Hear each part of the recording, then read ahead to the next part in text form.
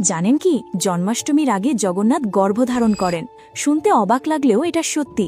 এটি পুরীতে পালিত হয় জন্মাষ্টমীর উৎসবের সময়। ভাদ্রপদ মাসের কৃষ্ণপক্ষের অষ্টমীর এক রাত আগে শ্রী জগন্নাথ মন্দিরের সন্ধ্যা ধূপের পর গর্ভগৃহ ধুয়ে পরিষ্কার করা হয়। এরপর মহাপ্রভুকে জেউটা ভোগ নিবেদন করে শুরু হয় এবং পঞ্চ উপচার পূজা অনুষ্ঠিত হয়।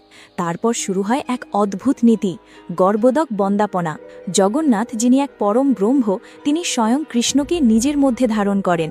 এটি এমন এক রহস্য যা জগন্নাথ সংস্কৃতিকে দুনিয়া থেকে আলাদা করে তোলে। অষ্টমী তিথির মধ্যরাতে মহাপ্রভু জগন্নাথ কৃষ্ণজিকে জন্ম দেন। মন্দিরের সেবাকেরা এই পবিত্র মুহূর্তটিকে জীবন্ত করে তোলেন। দেবকী ও বাসুদেবের সংগ্রাম এবং কৃষ্ণের জন্ম, এই সব কিছুই মন্দিরের পূর্বদ্বারে মঞ্চস্থ করা হয়।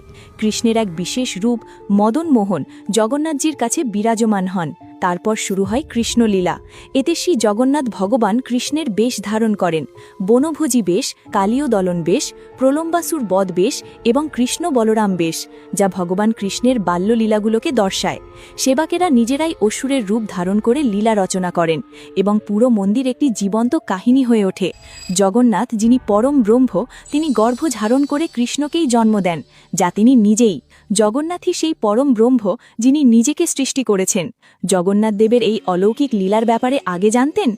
কমেন্টে অবশ্যই জানান। আপনি যদি প্রভু জগন্নাথ দেবের ভক্ত হন, তাহলে ভিডিও লাইক ও চ্যানেলটি সাবস্ক্রাইব করুন।